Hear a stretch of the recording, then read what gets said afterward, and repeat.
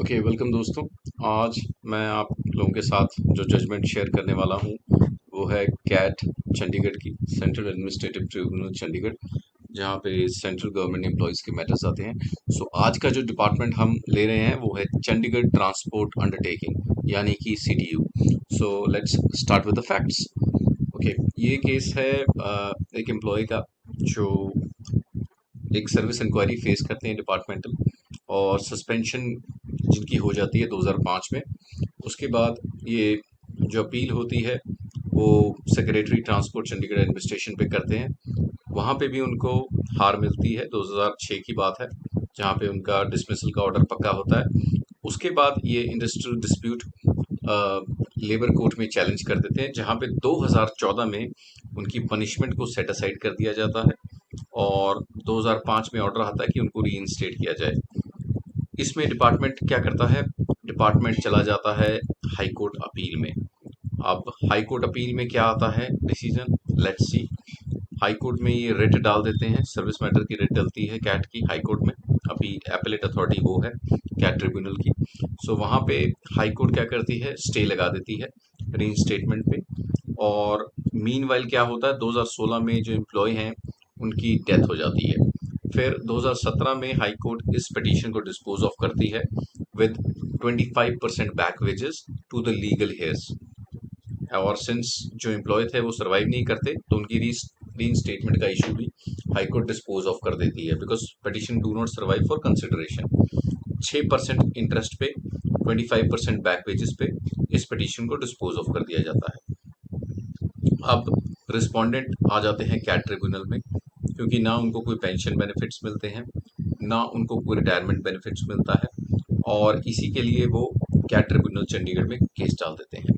Now high court की जो disposal था उसकी कंप्लायंस करते हुए हाई कोर्ट के ऑर्डर की डिपार्टमेंट का जो तकरीबन 25% बैक वेजेस बनता है, तकरीबन 7,88,000 समथिंग, इसमें डिपार्टमेंट क्या चालाकी करता है, एक 6 लाख का लोन होता है, 6 लाख का लोन लिया होता है एम्प्लॉय ने, वो उसका हाउस लोन काट लेता है। So this was too grave and too harsh on the part of the department. Now इस फैक्टम को भी कंसिडर करती है कोर्ट। एक तो जो एम्प्लॉय की विडो है उन्होंने ये पिटीशन डाली हुई है फॉर फैमिली पेंशन, रिटायरल बेनिफिट्स।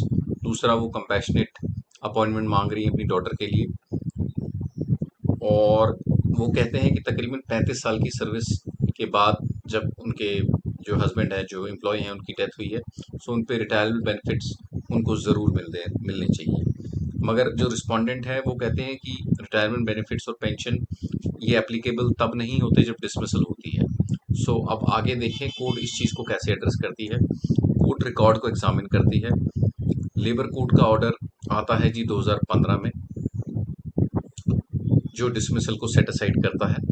उसके बाद हाई कोर्ट का भी ऑर्डर जो रीइंस्टेटमेंट को स्टे करता है, वो भी 2015 में आता है।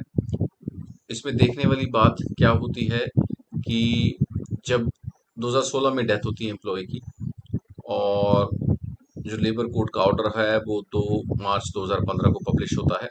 मोस्ट इंटरेस्टिंगली जो इसमें कोर्ट नोटिस करती है कि जब उनको रीइंस्टेटमेंट का ऑर्डर आता है लेबर कोर्ट से, फरवरी 2015 में एम्प्लॉय की joining report on ground on record आ जाती है, क्योंकि उस ऑर्डर की कंप्लायंस में अपील से पहले एम्प्लॉय ने ज्वाइन कर लिया था, तो उनकी ज्वाइनिंग रिपोर्ट यहाँ पे ऑन रिकॉर्ड आ जाती है। और जो पिटीशन थी वो हाई कोर्ट में बाद में डली है जो अपील। सो इस चीज़ का सोल ग्राउंड पे उनको बेनिफिट मिल जाता है।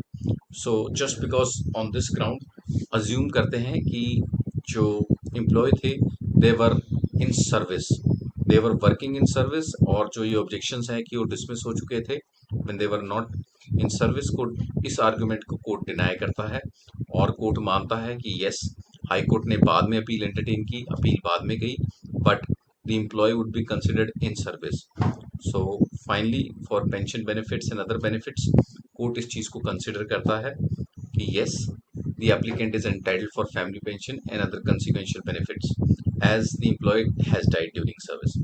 और बाकी एस्पेक्ट को कोर्ट डिस्कस करता है, जैसे कि loan of house building advance जो लिया हुआ था, उसमें CTU की ही एक पॉलिसी थी, एनेक्चर A4 के तौर पे लगाई गई थी, उसमें दो कंडीशन स्टिपुलेट करते हैं कि किन दो कारणों से ये हाउस लोन नहीं माफ किया जाएगा। सो ये जो एम्प्लॉय का केस था वो दोनों ही केसेस में फॉल नहीं करता था। इसीलिए कोर्ट ने इस चीज को सही माना कि आपकी पॉलिसी के अनुसार जो हाउस लोन लिया है एम्प्लॉय का वो एडजस्ट नहीं वेव ऑफ होना चाहिए।